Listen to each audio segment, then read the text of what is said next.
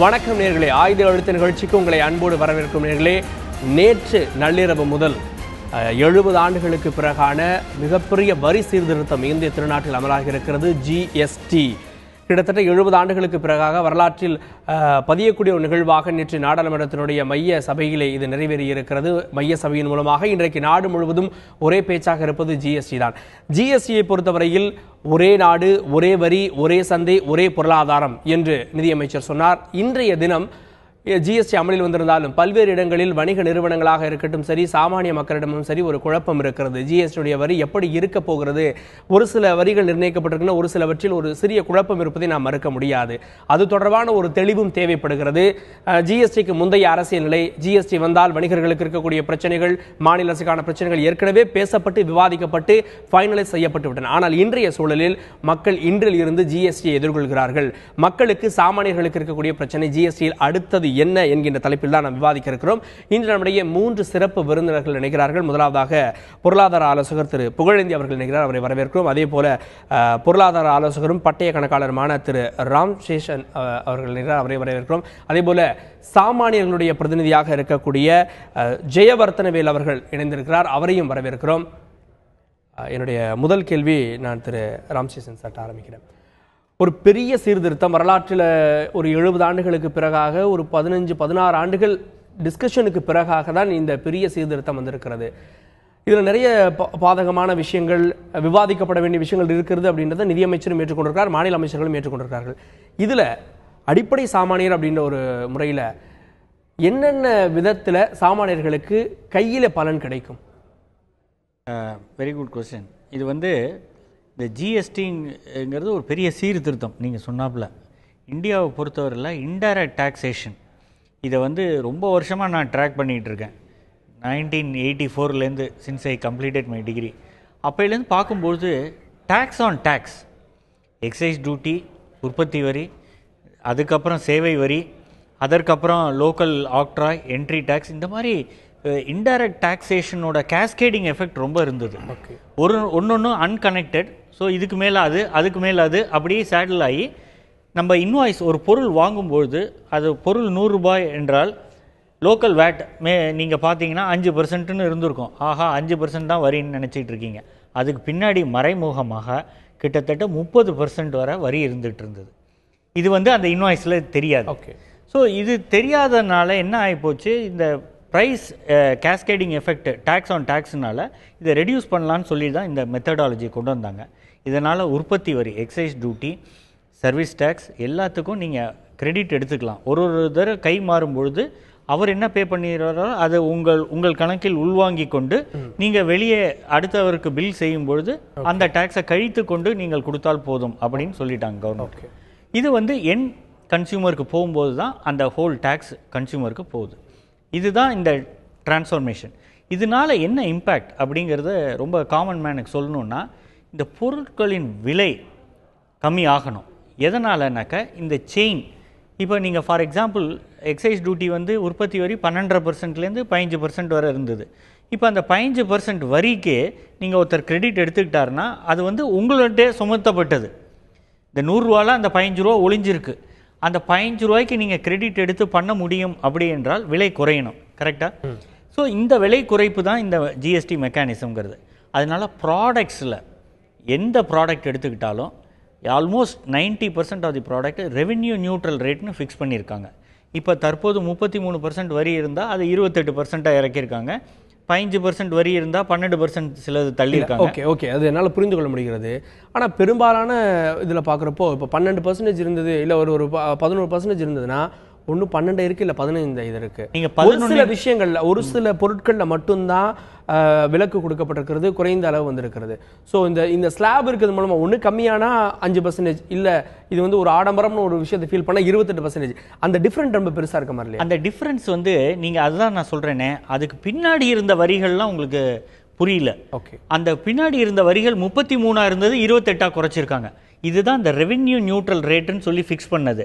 அது ஜாஸ்தி மிகாமல் ஒரு சில இதில் 2 விழுக்காடு ஏறி இருக்கே தவிர மற்றபடிக்கு price has to come down. இப்போ ஃபார் எக்ஸாம்பிள் நம்ம பிஸ்கெட் சாப்பிட்றோம், அன்றாடம் சாப்பிட்றோம், 32% வரி இருந்திருக்கு. சில மாநிலங்களில் வேட் எல்லாம் சேர்த்திங்கன்னா 32% வரி இருந்தது. அதை 18% ஆக்கியிருக்காங்க. இந்த விலை கன்சியூமருக்கு பாஸ் ஆன் பண்ணப்பட்டால் இதை போல் ஒரு பெனிஃபிட் வேறு எங்கேயாவது இருக்க முடியும்? Okay, right. அந்த பெனிஃபிட் இதில் இருக்குது அப்படின்ற ஒரு பார்வையை பதிவு பண்ணியிருக்கீங்க திரு புகழேந்தி. இந்த ஜிஎஸ்டியை பொறுத்த வரைக்கும் அடிப்படை சாமானியருக்கும் இதில் ஒரு பலன் இருக்கிறது. வணிக நிறுவனங்களுக்கும் விற்பவர்களுக்கும் இந்த கிரெடிட் எடுத்துக்க முடியும், அவங்க செலுத்தின வரியை வந்து திரும்ப எடுத்துக்க முடியும் இன்னொருத்தர் ப்ராடக்ட் வாங்குறது மூலமாக. அப்படின்றப்போ ரெண்டு தரப்பினருக்குமே ஒரு பலன் இருக்குது. ஆனால் சாமானியர்களுக்கு இந்த பலனை கொடுப்பாங்களா? ஆனால் இன்றைக்கி யதார்த்தமாக பார்க்குறோம், ஜிஎஸ்டி வந்திருக்கிறது மூலமாக வரியை ஏற்றி இருக்கக்கூடிய நிறுவனங்களை பார்த்துருக்கோம். வரியை குறைச்ச நிறுவனங்களோ வரியை குறைத்த ப்ராடக்ட்ஸோ இன்னும் வரலையே சந்தைக்கு. இப்போ பார்த்தீங்கன்னா முக்கியமாக வந்து ஆன்டி ப்ராஃபிட்டரிங்கிற ஒரு அமைப்பு உருவாக்கியிருக்காங்க. இதன் மூலம் வந்து பொதுவாகவே நம்ம ஊரில் ஒரு கல்ச்சர் என்னென்னா, பெட்ரோல் விலை ஏறிச்சுன்னு வச்சுக்கோங்க, எல்லா ஆட்டோலேருந்து எல்லா விலையும் ஏற்றுவாங்க. அதுக்கப்புறம் வந்து பெட்ரோல் விலை குறைஞ்ச முன்னாடி அந்த விலை குறையாது. நம்ம எப்பவுமே வந்து அப்வர்ட் லுக்கிங் கம்யூனிட்டி, எதாக இருந்தாலும் ஏறினா ஏறிட்டே தான் இருக்கும். இப்போ இந்த ஜிஎஸ்டியை வச்சு நிறைய பேர் விளையாடலாம். ஜிஎஸ்டினால வந்து டீ விலை ஏறிடும், முதல்ல 10 ரூபாய்க்கு விற்ற டீ இப்போ 12 ரூபாப்பா. சாமானியருக்கு தெரியாது, ஓ ஜிஎஸ்டினால தான் 2 ரூபா ஏறி போச்சாட்டு தெரியுது.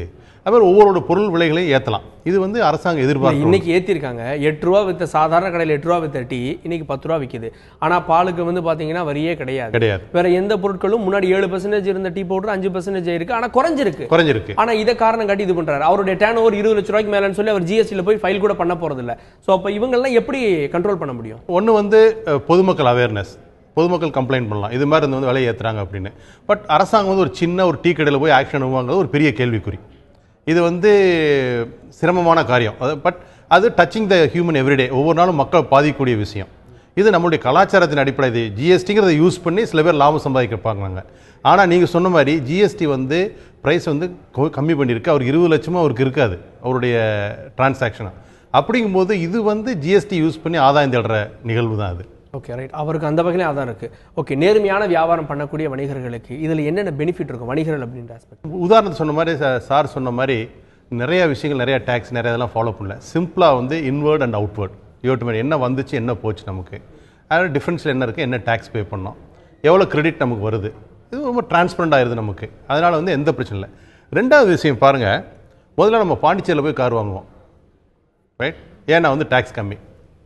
எந்த கார், லக்ஸரி கார் பூரா வந்து பியூர் ரெஜிஸ்ட்ரேஷன்லாம் சென்னையில் ஓடும், பூரா அங்கே ரிஜிஸ்டர் பண்ணி there is a violation of that லா.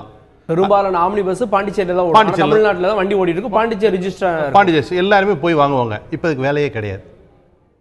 எல்லாமே வந்து அந்தந்த ஊரில் வாங்க, எங்கே போனாலும் ஒரே டேக்ஸ் தான். ஓகே, அதனால இது மாதிரி சில தேவையில்லாத, அது ஃபோர்சிங் பீப்புள் டு வயலேட், அதை வந்து எலிமினேட் பண்ணுது. இனிமேல் கொஞ்சம் நல்லவன் ஆக்குறதுக்கு இது ஒரு வழி வகுக்குது. எந்த ஊரில் போனாலும் இல்லாட்டி அந்த ஊரில் போய் வாங்கிட்டு வா, அங்கே டேக்ஸ் கம்மியாக இருக்கும். அப்படி நம்ம நிறைய பேர் பாண்டிச்சேரியில் போய் கொள்முதல் பண்ணவங்க இருக்காங்க, மற்ற ஸ்டேட்டில் அதிகம் இருக்காங்க. இப்போ அதெல்லாம் எலிமினேட் பண்ணிவிட்டு நம்ம எல்லாம் ஒரு மாதிரி நியாயமானவனாக இருக்கக்கூடியதுக்கு ஒரு அடிப்படையான அமைப்பு உருவாக்குது ஜிஎஸ்டி. அடுத்தது பார்த்தீங்கன்னா சார் சொன்ன மாதிரி கிரெடிட், இன்புட் கிரெடிட், பல இடங்கள் இருக்க இன்புட் கிரெடிட்லாம் எங்கே பிரச்சனை வரும்னா, இந்த யாராவது வந்து ஜிஎஸ்டியில் வந்து ரிஜிஸ்டர் பண்ணாமல் இருக்கிறவங்களுக்கு வந்து ஒரு பிரச்சனை வரலாம். ஏன்னா அவங்க எல்லாம் அவங்களோட மூலப்பொருளுக்கு வந்து டேக்ஸ் பே பண்ணியிருப்பாங்க, விற்கிற பொருளுக்கு வந்து டேக்ஸ் வாங்காத போது அதெல்லாம் இவங்களுக்கு வந்து காஸ்ட் ஆகுது. அப்போ இன்னொருத்தவங்க வந்து அதை வந்து பே பண்ணியிருக்கவங்க வந்து காம்படிட்டிவாக இருக்க முடியும், இவங்களுக்கு காம்படிட்டிவ்னஸ் போயிடும். அது நிறைய பேருக்கு தெரியாது. இது வந்து ஜிஎஸ்டி வந்ததன் மூலமாக நீங்கள் சொன்ன மாதிரி இந்த இன்புட் டேக்ஸ் கிரெடிட் அப்படின்றது பாசிபிள். இதுக்கு முன்னாடி கிடையாது. இப்போ 20 லட்ச ரூபா வரைக்கும் வந்து ஜிஎஸ்டியில் ரெஜிஸ்டர் பண்ண தேவையில்லை. உங்களுக்கு ஆண்டு வருமானம் 20 லட்ச ரூபா அப்படின்னா ஒரு மாதத்துக்கு 2 2.5 லட்சம் ரூபாய் வரும். பெரும்பாலான நிறுவனங்களில் சாதாரண ஒரு பெட்டி கடையாக இருந்தால் கூட ஓரளவுக்கு ஒரு மெயினான இடத்துல இருந்தால் 2 லட்ச ரூபாய்க்கு மேலே டேர்ன் ஓவர் ஆகும். ஸோ அவர் வந்து பதிய தேவையில்லையா ஜிஎஸ்டியில்? அதாவது நீங்கள் வந்து பெனிஃபிட் இருக்குன்னா பதியலாம். எப்படி பெனிஃபிட்னு பாருங்கள். இன்புட் கிரெடிட் எடுக்கணும்னு வச்சுக்கிட்டீங்க. இப்போ வந்து ஒரு இடத்துல வந்து எங்களுடைய இன்னொருத்தர் வந்து ஆர்கனைஸ் செக்டார்லேருந்து வரார், ஜிஎஸ்டி பே பண்ண வந்து செக்டாரில் வந்து ஒரு பொருளை 10 ரூபாய்க்கு விற்கிறார். இப்போ நீங்கள் வந்து அந்த பொருளை 10 ரூபாய்க்கு விற்கும்போது இன்புட் கிரெடிட் உங்களுக்கு கிடைக்காது. அப்போ வந்து உங்களுக்கு வந்து காஸ்ட் டைம் வந்து ப்ராஃபிட் கம்மியாகும். அவர் வந்து ப்ரைஸை கம்மி பண்ணலாம். ஓகே, அவர் காம்படிட்டிவ் ஆயிடுவார். ஓகே, அதனால வந்து இது கொஞ்சம் எச்சரிக்கையாக எடுக்கப்பட வேண்டிய முடிவு. ஆட்டோமேட்டிக்காக ஜிஎஸ்டியில் பதிவு பெற்ற நபர்களிடம் தான் நம்ம மூலப்பொருட்களை வாங்கணும் அப்படின்னு ஒரு நிர்பந்தத்திற்கு நம்ம தள்ளப்படுவோம். சாமானியர்களுடைய பிரதிநிதியாக கோவையில் இருந்து ஜெயவர்த்தனவேல் இணைந்திருக்கிறார். ஜெயவர்த்தனவேல், வணக்கம். சொல்லுங்க, அன்றாடம் கடைக்கு வந்து பொருட்களை வாங்கி செல்லக்கூடிய ஒரு சாமானியர், இன்னைக்கு நீங்க ஒரு கடையில் இருக்கீங்க, உங்களுடைய பார்வையில் இன்னைக்கு ஜிஎஸ்டி வந்ததுக்கு அப்புறமா மக்களுடைய ரியாக்ஷன் எப்படி இருக்கிறது? சார், ஒரு பயம் வந்துருச்சுங்க. 10 ரூபாய்க்கு வாங்கக்கூடிய பொருள் இனிமேல் 12 ரூபா கொடுத்து வாங்கணுங்கிற ஒரு எண்ணங்கள் மக்களுக்கு வந்துருச்சுங்க. ரெண்டாவது சில விஷயங்கள் சொல்லப்போனால் சார் நம்ம பூலன் சார் சொன்ன மாதிரி சின்ன சின்ன பொருட்கள் வந்து இன்றைக்கி வந்து 5% 8% டேக்ஸில் வந்து அது வந்து கிட்டத்தட்ட 28% டேக்ஸ் மட்டும் கொண்டு வந்துட்டாங்க. சார் வந்து பாண்டிச்சேரியில் வந்து கார் வாங்குறாங்க, மற்றதெல்லாம் வாங்குறதுக்கு மிஸ்யூஸ் பண்ணுறதுக்கு டேக்ஸ் இது பண்ணுறதுக்கு சான்சஸ் இருக்குது. நம்ம பாரம்பரியமான குடிசை தொழில்கள் எல்லாமே பார்த்திங்கன்னா எல்லாமே வரி விதிப்பு ரொம்ப ஜாஸ்தியாக இருக்குது. அவங்களாம் எப்படி தொழில் பண்ண போகிறோம் என்ன பண்ண போகிறோம்னு பார்த்துட்ருக்குறாங்க. ரெண்டாவது நம்ம கடையில் பார்த்தீங்கன்னா எனக்கு வந்து ஜெயவர்த்தன் நம்ம பாரம்பரியமான பல பொருட்கள் இருக்கிறது. அன்றாட வாழ்க்கையை ஓட்டுவதற்கு தேவையான பொருட்கள்லாம் பார்த்தீங்கன்னா ஜிஎஸ்டிலேருந்து விலக்களிக்கப்பட்டிருக்கிறது. காய்கறியாக இருக்கட்டும், பழங்களாக இருக்கட்டும், புழுங்கரிசி, உப்பு, இயற்கை உரம், கால்நடை தீவனம், மீன், இறைச்சி, முட்டை, கம்பளி அப்படின்னு பாரம்பரிய பொருட்கள் பலவற்றிற்கு வந்து விலக்கே அளிக்கப்பட்டிருக்கு. 0% டேக்ஸ் அப்படின்னு இருக்கு. ஆனால் வந்து உங்களுக்கு இன்னும் அந்த விஷயம் கன்வே ஆகாமல் இருக்கா? ஒரு சாதாரண அச்சம் இருக்கா, இல்லை ஒரு தெளிவு இல்லாமல் இருக்கா? சார் ஒரு தெளிவில்லாமல் இருக்குங்க சார். ரெண்டாவது இன்னொன்று எங்களுக்கு வந்து என்னென்னா, ஒரு பெட்டி கடை பொறுத்தவரை ஒரு கள்ளவுரிப்பு விற்றா இதுக்கு வந்து 28% டேக்ஸ் 18% டேக்ஸ் அப்படிங்கிறது வந்து எல்லாருமே வந்து கள்ளவுரிப்பு விலை ஏறுதா அப்படிங்கிற மாதிரி. பிசாக்கு 5% டேக்ஸ் போட்டிருக்கிறாங்க சார். ஆனால் ஒரு கள்ளவுரிப்பு விற்றிங்கன்னா நீங்கள் 18% டேக்ஸ் கட்டணும்னா அது நம்ம குடிசை தொழிலை வந்து இது அழிக்கிறதா இல்லை வந்து பெரிய பெரிய முதலாளி தாரவாக இருக்கிறதா அப்படிங்கிற ஒரு எண்ணங்கள் வந்து எங்களுக்கு ஏற்படுதுங்க. வியாபாரம் பண்ணுறவங்களுக்கு ஒரு எண்ணம் ஏற்படுதுங்க சார். இன்னொன்று சின்ன சின்ன வியாபாரிகள் வந்து ஜிஎஸ்டி அமல இருக்கு. இன்னைக்கு முதல் தினம் உங்களுடைய கடையில் இருக்கக்கூடிய அந்த பொருட்களுடைய விலை ஏறி இருக்கா, இல்லை நீங்கள் அது அதே மாதிரியான பழைய விலையில் தான் விற்கிறீங்களா? சார் நான் பழைய விலையில் தான் விற்றுட்ருக்கிறேன். இன்னொன்று எனக்கு வந்து விழிப்புணர்வு கொடுக்கறதுக்கு நான் நிறைய பேர்த்திட்ட கேட்டேன். எனக்கு இந்த டேக்ஸ்னா என்ன, அந்த விழிப்புணர்வு கொடுக்கறதுக்கு யாருமே முன்னிலை இல்லை. எங்களுக்கு எதுவும் தெரியாதுப்பா, எங்களுக்கு தெரிஞ்ச பிறகு நான் உங்களுக்கு இன்ஃபார்ம் பண்ணுறேன் அப்படிங்கிற மாதிரி சொல்லியிருக்காங்க சார். ஓகே, அது யார்கிட்ட போய் விளக்கம் கேட்கறதுன்னு இன்னும் எனக்கு வந்து அது தெரியாமல். ஓகே, ஒரு கடை வச்சிருக்கக்கூடிய உங்களுக்கு இன்னும் வந்து ஒரு தெளிவான ஒரு விளக்கம் கிடைக்கல அப்படின்னு ஒரு பார்வையை பதிவு பண்ணுறீங்க. ராமசேஷன் சார் கடை வச்சிருக்காரு, அவர் புகையிலை இல்லை அவர் சிகரெட்டாக இருக்கட்டும் சரி எல்லா பொருளுமே விற்கிறாரு. எல்லாத்துக்குமே பெரிய மாற்றங்கள் இருக்கு. ஏன் இன்னும் அவங்களுக்கே போய் சேரல இந்த தகவல்? இது வந்து என்னன்னாக்க ஒரு கவர்மெண்ட் வந்து குறை சொல்லலை, பட் இந்த மாதிரி ஒரு பெரிய டிரான்சிஷன் வருதுன்னா அதை கடைநிலை வர அது ஸ்ப்ரெட் ஆகலை. இந்த செமினாரோ இல்லையோ இதெல்லாம் வந்து ட்ரேட் பாடிஸோட நடத்திட்டு இருக்காங்களே தவிர இந்த இந்த வணிகர் சங்கம் இந்த மாதிரி ஒரு லோயர் லெவலில் போய் இன்னும் பெர்குலேட் ஆகலை. அதனால தான் இந்த பெரிய கேள்வி இருக்குது. இப்போ அவர் என்ன சொன்னார், இந்த கடலை மிட்டாய்க்கு 18% சொன்னார். இதுக்கு நான் ஒரு விடை வச்சுருக்கேன். இவங்க 20 லட்சத்துக்கு மேலே வந்தால் தான் அந்த டாக்ஸபிளில் வராங்க. ஸோ நீங்கள் 18% வரி உடைய பொருளை விற்றாலும் 20 லட்சத்துக்கு கீழே நீங்கள் சேல்ஸ் பண்ணிங்கன்னா நீங்கள் ஜிஎஸ்டி உள்ளே வரமாட்டீங்க. அந்த கருத்தில் வந்து அவர் அந்த கடலை பர்பி இன்னும் எக்ஸம்ட் ஆகிடும். பட் கடலை பர்பிக்கு 18%ங்கிறது நான் அக்ரி பண்ணல. ஏன்னா இல்ல அவர் கேட்கறது கள்ள மிட்டாய்க்கு நீ 18%னா பீஸாக்கு 5%. அதாவது இது ஒரு கரெக்டான கேள்விதான். இந்த அனாமலி வந்து ப்ராப்பராக ரெப்ரசன்டேஷன் வராதனால தான் வந்தது. இப்போ நேற்று ஜிஎஸ்டி இம்ப்ளிமெண்ட் பண்ணும்போது டிராக்டர்னோட உதிரி பாகங்கள் விலை அதிகமாக இருக்குன்ற ரெப்ரசன்டேஷன் போய் சேர்ந்து கரெக்டாக கேட்கப்பட்டு 28லேருந்து 18 ஆக்கிட்டாங்க. அவங்களே என்ன சொல்கிறாங்க, இந்த ஜிஎஸ்டி கவுன்சில் மாதம் நாங்கள் கூடுவோம், நாங்கள் இந்த ரேட்டை திரும்பவும் ரிவ்யூ பண்ணுறோம், இது ஃபைனல் ரேட் கிடையாது என கூறியிருக்கிறார்கள். ஸோ அதனால் நம்ம என்ன தேவை, கடலை மிட்டாய்க்கு 18%, அதை வந்து காட்டேஜ் தொழில், அது குடிசை தொழில் அப்படின்னு சொல்லி அது 0%லையும் கொண்டு வரதுக்கு வாய்ப்பு இருக்குது.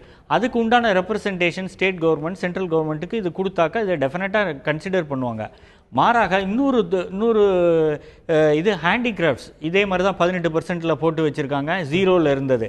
ஸோ இந்த மாதிரி ரேட் அனாமலிஸ் வந்து இதை வந்து கரெக்ட் பண்ணிட்டு போயிட்டு இருப்பாங்க.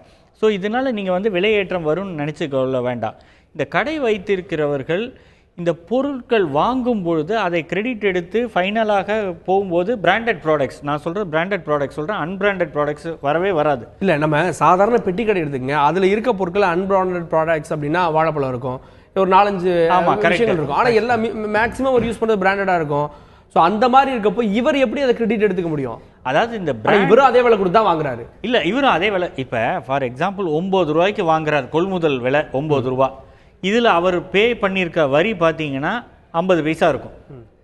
இப்போ அப்போ என்ன ஆகுது, இவர் வந்து ஜிஎஸ்டியில் இல்லைன்னு வச்சுப்போம், 9 ரூபாய்க்கு தான் கொள்முதல் பண்ணேன், எனக்கு லாபம் 50 பைசா வேணும், எம்ஆர்பி 10 ரூபா போட்டிருக்கு, 9,000 ரூபாய்க்கு நான் விற்கிறேன் பாரு.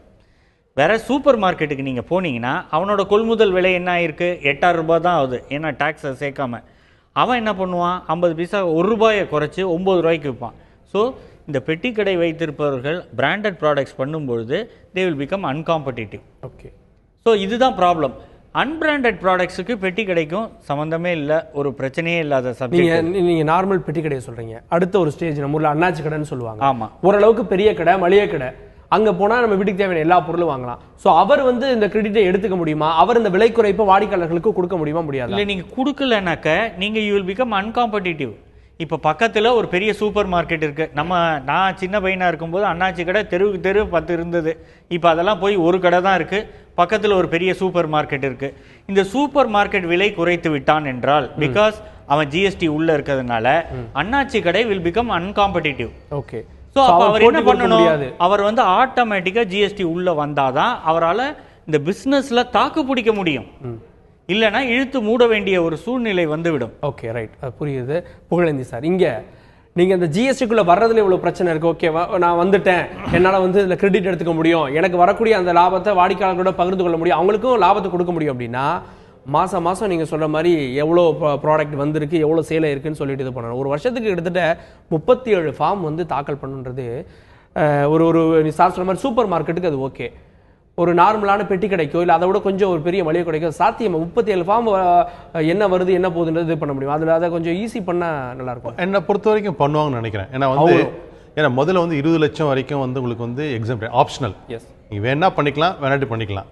அடுத்தது இன்னொன்று காம்போசிட் அப்படிங்கிற அமைப்புங்களை 50 லட்சம் வரைக்கும் சிலது கொண்டு வந்திருக்காங்க. இது மாதிரி சிறு தொழில் செய்பவர்கள் பாதிக்கக்கூடாதுன்னு தான் இந்த மாதிரி அமைப்புகள்லாம் வந்திருக்கு.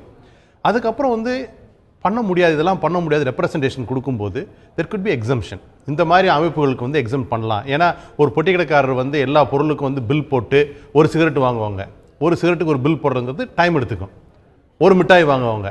அதே இது வந்து ஒரு சூப்பர் மார்க்கெட்டில் ஒரு பேக்கெட் சிகரெட் விற்கும்போது இது ஈஸியாக பில் போட முடியும். ஸோ இந்த மாதிரி பிரச்சனைலாம் ரெப்ரசன்டேஷன் பண்ணி ப்ராக்டிக்கல் ப்ராப்ளம் வரும்போது they have to find a solution. இல்லை, நான் என்ன சொல்கிறேன், இந்த பெட்டி கடைக்காரே வந்து ஜிஎஸ்டிக்குள்ளே வர்றாரு அப்படின்னா அவர் பில்லு போட்டு ப்ராப்பராக தானே வியாபாரம் பண்ண முடியும்.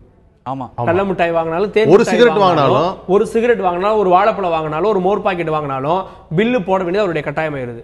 Okay, right. இல்லை, 200 ரூபாய்க்கு கீழே இருக்கும்போது ஒரே கன்சாலிடேட்டட் பில் ஃபார் தி டே நீங்கள் ப்ரொடியூஸ் பண்ணால் போரும்னு சொல்லியிருக்காங்க. இப்போ நீங்கள் 200 சிகரெட் விற்கிறீங்க, 20 சிகரெட் விற்கிறீங்க டியூரிங் தி டே, ஒரே பில்லு 200 ரூபாய்க்கு போட்டால் போதும் அப்படின்னு சொல்லியிருக்காங்க. ஏன்னா 20 ரூபாய்க்கு நீங்கள் தனியாக பில் போடணும்னு சொல்லவே இல்லை.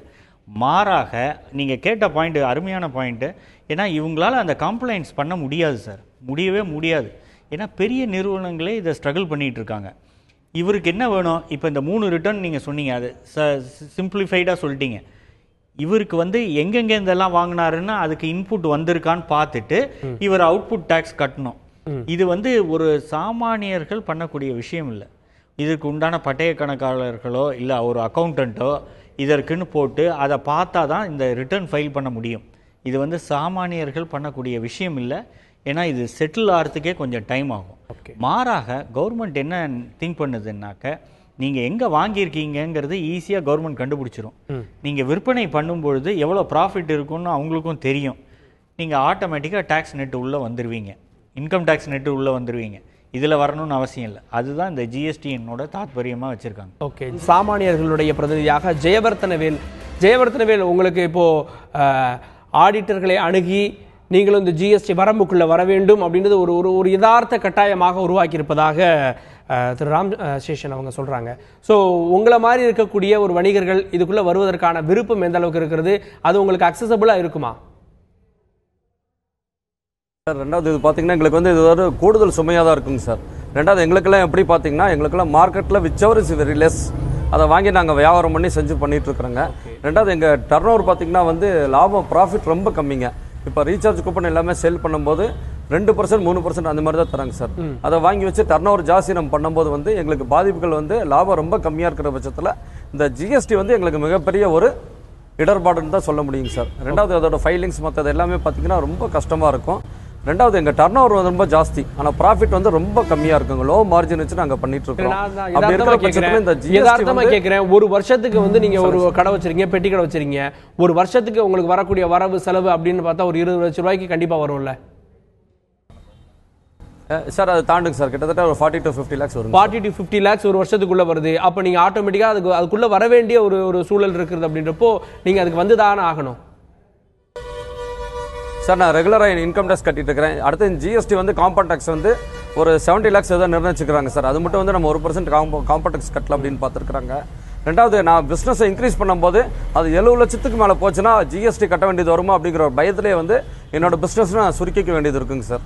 ரெண்டாவது எங்களை மாதிரி ஒரு சாமானியர்களுக்கு வந்து இது வந்து ஜிஎஸ்டி வந்து ஒரு வரவேற்கத்தக்கது இல்லைங்கிற மாதிரி தான் சொல்லணும். ஏன்னா நம்ம ஆளுகளை போட்டு ஆஃபீஸ் மாதிரி போட்டு நம்ம எல்லாம் மெயின்டைன் பண்ணி செய்ய முடியாது. We are one man army. நாங்கள் காலையில் 6 மணிக்கு வந்தால் நைட்டு 11 மணி மட்டும் ஒரே ஆளாக இருந்து எங்கள் குடும்பத்துக்காக எல்லாத்துக்காக இங்கே ஸ்ட்ரகிள் பண்ணி பல பிரச்சனைகளை ஃபேஸ் பண்ணி அதில் ஒரு 300 100 200 ஒரு நாளைக்கு பார்க்காதுக்குள்ளே எங்களுக்கு பல சிரமங்கள் ஆளாக இருக்குறேங்க சார். ஒரு ஆஃபீஸாக இருந்தால் நம்ம 10 பேர்த்த போட்டு வேலை செஞ்சு அதுக்குன்னு அக்கௌண்ட்ஸ் ஒரு 2 பேர்த்த போட்டு பண்ணலாங்க. நாங்கள் அதே மாதிரி ரெண்டாவது லோ மார்ஜின். எங்களை தேடி வர பீப்புள்ஸ் எல்லாமே வந்து இந்த குடிசை தொழில் செய்கிறவங்க தாங்க சார் எங்கிட்ட மோரோவர் கம்யூனிகேஷன் வச்சிருக்காங்க. ஓகே, அதான் ட்ரேட்மார்க் இருக்கக்கூடிய பொருட்களுக்கு தான் வரேன். ட்ரேட்மார்க் இருக்கக்கூடிய கலம்டாயா இருந்தால் அதற்கு வரி இருக்கிறது. சாதாரண குடிசை தொழிலில் பண்ண ஒரு கலம்டாய்க்கு அதுக்கான டாக்ஸ் இல்லை. அப்படின்றப்போ நீங்கள் எதை நோக்கி தள்ளப்படுகிறீர்கள்? நீங்கள் வந்து ட்ரேட்மார்க் இருக்கிறத நோக்கி வாங்கி வைக்கணும்னு நினைக்கிறீங்களா, இல்லை குடிசை தொழிலுக்கு போகலான்னு நினைக்கிறீங்களா? சார் குடிசை தொழில் இருக்கிற பொருள் பார்த்தீங்கன்னா நமக்கு வந்து குவாலிட்டி ஜாஸ்தியாக இருக்குங்க சார், ரேட்டு கம்மியாக இருக்குங்க, மார்ஜின் எங்களுக்கு ஓரளவுக்கு கிடைக்கும். இப்போ நேஷனலைஸ் கம்பெனி இப்போ ஃபாரின் கம்பெனிஸ் எல்லாமே ஒரு பிராண்டட் கம்பெனியாக இருந்தால் குவாலிட்டி கம்மி பண்ணிடுவாங்க சார். குவாலிட்டி கம்மி பண்ணிடுவாங்க. பீஸ் அதாவது அந்த ஒரு ஸ்ட்ரக்சரையும் கம்மி பண்ணி அவங்களுக்கு உண்டான மார்ஜின் ஜாஸ்தியாக வச்சு எங்களுக்கு உண்டான மார்ஜின் ரொம்ப கம்மியாக தரும்போது அந்த பொருட்கள் வந்து நாங்கள் ஏற்றுக்கொள்ளக்கூடியதாக இருக்காதுங்க சார். ஒரு குடிசை தொழிலுக்கு எங்களுக்கு ஒரு கம்யூனிகேஷன் இருக்குது. ரெண்டாவது ஒரு ப்ராடக்ட் நல்லா இல்லை அப்படிங்கும்போது நம்ம அவங்ககிட்ட சொன்னால் அவங்க உடனே அதுக்கேற்ற மாதிரி மாற்றி அந்த ஊருக்கு ஏற்ற மாதிரி மாற்றி நமக்கு ஏற்ற மாதிரி மாற்றி ஏதோ குறைபாடுகள் இருந்தால் உடனே கேட்டு உடனே நிவர்த்தி பண்ணுவாங்க சார். ஆனால் ஃபாரின் பிராண்ட்ஸோ இல்லை வேறு பிராண்டட் பொருளோ அந்த மாதிரி பண்ண மாட்டாங்க சார். ஓகே, எங்களால் வந்து பொதுமக்களுக்கு ரொம்ப கம்யூனிகேஷன் ஏற்படுத்தி அவங்களுக்கும் ப்ராஃபிட். ஓகே, நீங்கள் பொதுமக்களுக்கு ஒரு விழிப்புணர்வு கொடுக்க வேண்டிய தேவை இருக்குது அப்படின்றது நீங்கள் சொல்கிறீங்க. பொதுமக்களிடம் ஒரு பெரிய சிக்கல் இருக்கிறது இதில், அதை புரிந்து கொள்வதில் அப்படின்ற பார்வை வச்சிருக்கீங்க. உங்களுடைய கருத்தை புரிந்து கொள்ள முடிகிறது. திரு ராமசேஷன் சார், இதில் ஜிஎஸ்டி சரக்கு மற்றும் சேவை வரி அப்படின்றப்போ இதில் யதார்த்தமாக மக்கள் பேசுகிறப்போ லேண்டுடைய விலையும் ஏறுதாமே, கன்ஸ்ட்ரக்ஷனுடைய விலையும் ஏறுதாமே அப்படின்ற ஒரு பேச்சு வருகிறது. அது சம்மந்தப்பட்ட சந்தேகம் நிறைய வருகிறது. அதாவது லேண்டுங்கிறது ஜிஎஸ்டி உள்ள கிடையாது. Yes, okay. Land is state subject. அதுக்கு ஸ்டாம்ப் டியூட்டி அப்படின்னு ஒரு வரைமுறை இருக்குது. அதுதான் நீங்கள் பே பண்ணணும். அது it has been clarified. Okay. இப்போ நீங்கள் ரெசிடென்ஷியல் ஃப்ளாட் வாங்கும்போது அவங்க வேல்யூ எப்படி ஃபிக்ஸ் பண்ணியிருக்காங்கன்னாக்கா முதல்ல 12% பே பண்ணுனாங்க, அப்புறம் 18 ஆக்குனாங்க. 18ன்னு பண்ணும்போது ஃபார் எக்ஸாம்பிள் நீங்கள் 1 லட்ச ரூபாய்க்கு 10 லட்ச ரூபாய்க்கு ஒரு 12 லட்ச ரூபாய்க்கு ஒரு வீடு வாங்குறீங்க.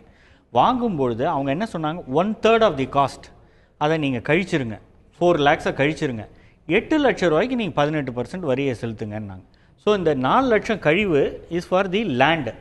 அந்த லேண்ட் வேல்யூங்கிறத டிரைவ் பண்ணி 1/3 ஆஃப் தி காஸ்ட் குறைச்சிட்டாங்க. ஓகே. ஸோ இதனால் லேண்டுக்கு ஜிஎஸ்டிங்கிறது கிடையாது. ஸோ அது தெளிவாக இருக்குது. இப்போ மற்ற இருக்கக்கூடிய கன்ஸ்ட்ரக்ஷனுக்கு இருக்குது. ஓகே. அப்போ அவங்களும் சிமெண்ட்டு ஃபார் எக்ஸாம்பிள் 30% இருந்தது வரி, இப்போ வந்து 28% ஆக்கியிருக்காங்க. ஸோ அவங்க இன்புட் டேக்ஸ் கிரெடிட் எடுக்கலாம், ஸ்டீலில் இன்புட் டேக்ஸ் கிரெடிட் எடுக்கலாம். இந்த மாதிரி எடுக்கும்பொழுது அவங்க எண்ட் ப்ராடக்ட்டுக்கு போகும்போது ஒரு பெனிஃபிட் இருக்கும். இதெல்லாம் காஸ்ட்டாக இருந்தது இன்றைக்கி அதெல்லாம் ஒரு காஸ்ட்டாக இருந்தது ஒரு ரியல் எஸ்டேட் பில்டர்கிட்ட. அது வந்து இப்போ வந்து has become point of credit. So அதனால் இது மைனஸ் அதுன்னு பே பண்ணும்போது விலையேற்றம் இருக்கக்கூடாது. இதுதான் ஸ்டேட் கவர்மெண்ட்டும் எச்சரிச்சிருக்காங்க. யாருமே இந்த விலையை ஏற்றக்கூடாது, இதனால் ஜிஎஸ்டினால் விலை ஏறிடுச்சுன்னு சொல்லி விற்கக்கூடாது அப்படின்னு சொல்லியிருக்காங்க. ஸோ டெஃபினட்டாக இது beneficial for the real estate companies. Okay, right. Pugazhendhi sir, இங்கே இந்த ஒரு நேரத்தில் இந்த முனிசிபல் டேக்ஸ் இதெல்லாம் வந்து எங்களுக்கு ஒரு பெரிய பேடனாக இருக்குன்னு சொல்லிட்டு திரையரங்கு உரிமையாளர்கள் போர்க்கொடி தூக்கியிருக்காங்க. ஸோ இதில் என்ன மாற்றங்களை செய்ய முடியும்? இதில் ஏதாவது வந்து இப்போது ஜிஎஸ்டியில் ஒரு திரும்பவும் பேசி இந்த 100 ரூபாய்க்கு மேலே இருக்கக்கூடிய டிக்கெட்டுடைய விலைகளை குறைக்க முடியுமா, இல்லை மாநில அரசுலேயே ஒரு தெளிவான ஒரு முடிவெடுத்து இது பண்ண முடியுமா? அதில் அவங்க ரெப்ரசன்டேஷன் கொடுக்கலாம், இது மாதிரி வந்து குறைக்கலாம். ஏன்னா பார்த்தீங்கன்னா நிறைய இதில் சார் சொன்ன மாதிரி இன்னும் வந்து நிறைய ஃப்ளூயிடிட்டி இருக்குது. எதுவுமே வந்து ஸ்திரமான நிலைமையில் கிடையாது. எவ்ரி மந்த் பார்த்துட்டு they have to change optimise பண்ணுறதுனால வந்து ஃபஸ்ட்டு முதல்ல மக்கள் யாரும் பயப்படக்கூடாது. இதுதான் நம்மளுடைய தலையெழுத்துன்னு கிடையாது, இன்னும் இருக்குது, டைம் இருக்குது. இது வந்து ஒரு இந்த ஜிஎஸ்டி வந்து ஸ்மூத்தாக ரன் பண்ணுறதுக்கு 2 to 5 வருஷம் ஆகலாம். எல்லாருமே வந்து இது ஏகப்பட்ட பேர் கோர்ட்டுக்கு போவாங்க, சில இதுக்கு எகென்ஸ்ட் கேஸ் போடுவாங்க, இன்டர்பிரிட்டேஷன் ப்ராப்ளம் வரும். இதெல்லாம் முடிஞ்சு தெளிவாகிறதுக்கு 2 to 5 வருஷம் ஆகலாம். அப்புறம் தான் ஒரு தெளிவான நிலையை நம்ம அடைவோம். அதுக்கிடையில் வந்து நம்ம ரெப்ரசன்டேஷன் கொடுக்கும், இதனால் என்ன பாதிப்பு வருதுன்னு. ஏன்னா அந்த கவுன்சில் வந்து இப்போ நானே வந்து ஒரு ரெப்ரசன்டேஷன் போய் நேராக மீட் பண்ணேன். அவங்க எல்லாம் என்ன சொன்னாங்க, சார் கொஞ்சம் தயவு செஞ்சு நீங்கள் எல்லாம் வந்து கொடுங்க, எங்களுக்கு எவ்வளோ எர்லியாக கொடுக்குறீங்களா நாங்கள் வந்து அதை சப்மிட் பண்ணி will get the appropriate action எடுப்போம், நீங்கள் லேட்டாக வராதிங்க அப்படின்னு சொல்லிட்டு அவங்க வந்து எங்களை ஃபாலோ பண்ணுறாங்க இண்டஸ்ட்ரியை.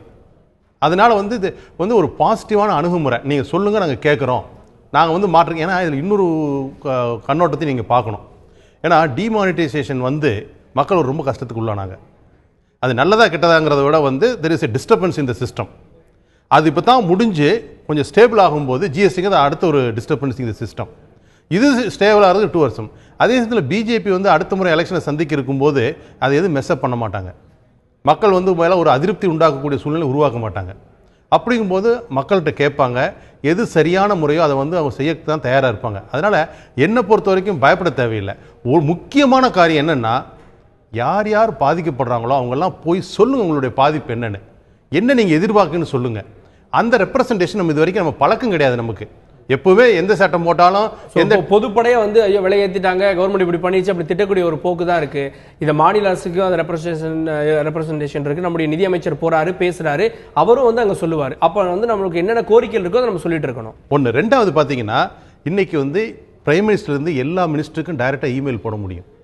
இப்போ நான் வந்து சாதாரண மக்கள் பாதிக்கப்பட்டிருக்கேன், ஒரு பெட்டிக்கடை நண்பர் பெட்டிக்கடைக்கார் பாதிக்கப்பட்டார்னா நேராக ஒரு மெயிலை போடுங்க. இது மாதிரி நான் ஒரு பெட்டிக்கடை வச்சிருக்கேன், என்னால் மெயின்டைன் பண்ண முடியாது, இப்படின்னு 1 லட்சம் பெட்டிக்கடைக்காரங்க மெயில் போட்டாங்கன்னா அவருடைய மிகப்பெரிய பாதிப்பு உண்டாக்குது, அதுக்கு ஒரு வழிவகுக்கு நம்ம பண்ணணும், அவங்களுக்கு ஒரு ஆன்சர் கொடுக்கணும் அப்படின்னு இருக்கணும். நம்ம வந்து தானே புலம்பிட்டு இருந்தோம்னா காரியம் ஆகாது. அதனால் மக்கள் செய்ய வேண்டியது, இதில் ஏதாவது பாதகமாக இருக்கும் பொழுது இது என்னன்னு சொல்லுங்கள், என்ன எதிர்பார்க்குறேன்னு சொல்லுங்கள். கண்டிப்பாக அரசு அதை செவிசாய்க்கும். ஓகே, நீங்கள் சொன்னீங்க இன்னொரு அடுத்த ஒரு 2 ஆண்டுகளில் தேர்தலை சந்திக்க போகிறோன்னு. ஸோ ஒரு மக்கள் மன்றத்தை அணுகும்போது மக்களுக்கு ஏதாவது ஒரு ப்ராஃபிட்டபிள் இதில் ஏதாவது ஒன்று கொடுத்துருக்கணும் அப்படின்றப்போ இந்த விலை குறைப்பை அரசு இன்னும் முழுமையாக செயல்படுத்தும். இதை வந்து சாமானியர்களுக்கு இந்த விலை குறைப்பை கொடுப்பதற்கு ஒரு கடும் நெருக்கடியை கொடுக்கும்னு நினைக்கிறீங்களா? கண்டிப்பாக. ஏன்னா எப்படி வந்து ஒரு அரசு சொல்ல முடியும், நான் ஜிஎஸ்டி கொண்டு வந்ததுனால வந்து மக்களுக்கு வந்து நன்மை அப்படின்னு சொன்னா தான் மக்கள் ஒத்துக்குவாங்க. நீங்கள் சொன்ன மாதிரி காலையில் 10 ரூபா திட்டி 12 ரூபாய்னா நிறைய பேர் திட்டிட்டு போவாங்க அந்த அரசை. அப்போ அந்த டீ வந்து 9 ரூபாய்க்கு வந்தால் தான் மக்கள் வந்து ஜிஎஸ்டினால 10 ரூபா டீ 9 ரூபாய்க்கு வந்திருக்கு. அதனால தான் ஆன்டி ப்ராஃபிட்டரிங் கமிட்டி அந்த அமைப்பெல்லாம் கொண்டு வந்திருக்காங்க.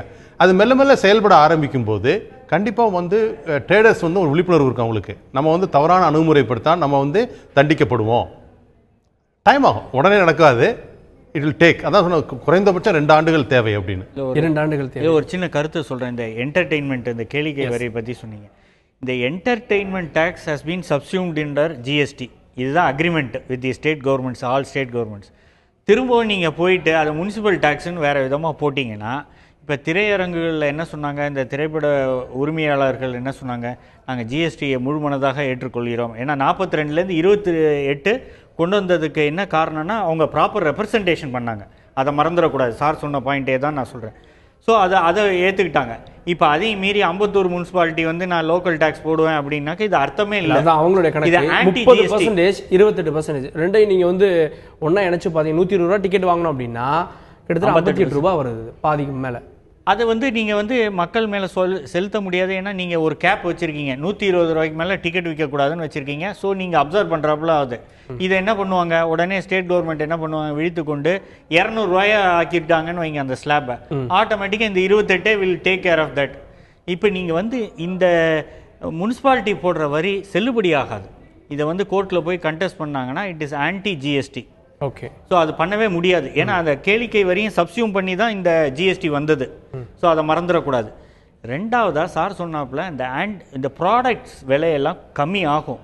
ஆன்டி ப்ராஃபிட்டரிங் கமிட்டி போட்டிருக்காங்க.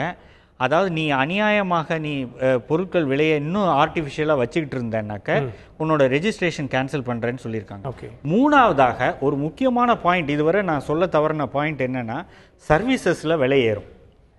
ப்ராடக்டில் விலை கம்மியாகும், சர்வீசஸில் விலை ஏறும். ஏன்னா 15லேருந்து 18% போயிருக்கு. ஸோ இன்சூரன்ஸ் ப்ரீமியம், உங்களோட பியூட்டிஷியன் இது இந்த மாதிரி டெலிகாம் அன்றாடம் நம்ம யூஸ் பண்ணுற டெலிகாம் 15% பதில் 18% வரை இதெல்லாம் விலை ஏறும். இது ஒன்று. சர்வீஸ் சார்ஜஸ் இன்க்ரீஸ் ஆச்சுன்னா பேங்க்கு போடுறாங்க, சர்வீஸ் சார்ஜஸ்னு போடுறாங்க, ஏடிஎம் விட்ராயல் சார்ஜஸ்னு போடுறாங்க. அதெல்லாம் 15% பதிலாக 18% ஆகிடும். ஸோ இதில் வந்து விலை ஏற்றம் இது வந்து இருக்குது. 3% கவர்மெண்ட்டுக்கே தெரிஞ்சே இருக்குது. இதில் விலை குறைப்பு, இந்த விலை குறைப்புக்கு தான் anti profiteering mechanism will work. இதுக்கு ஒர்க் ஆகாது. ஏன்னா கவர்மெண்ட் ரெக்கக்னைஸ் பண்ணி 15லேருந்து 18. ஓகே. அதுக்கு எவ்வளோ வருஷம் ஆகும் நீங்கள் நினைக்கிறீங்க? இந்த ரேஷனலைசேஷன் ஆஃப் டேக்ஸ் இப்போ பேசிகிட்டு இருக்கிறது இந்த 18லேருந்து 12க்கு கொண்டு வந்துடலாம், எல்லாத்தையுமே ஒரே ரேட்டாக கொண்டு வரலாம். இந்த 18, 12 ஒரு மாதிரி மெர்ஜ் பண்ணலாம். அதுக்கு 1 வருஷம் 1.5 வருஷம் ஆகும். ஓகே. அவ்வளோ நாள் ஆகும்.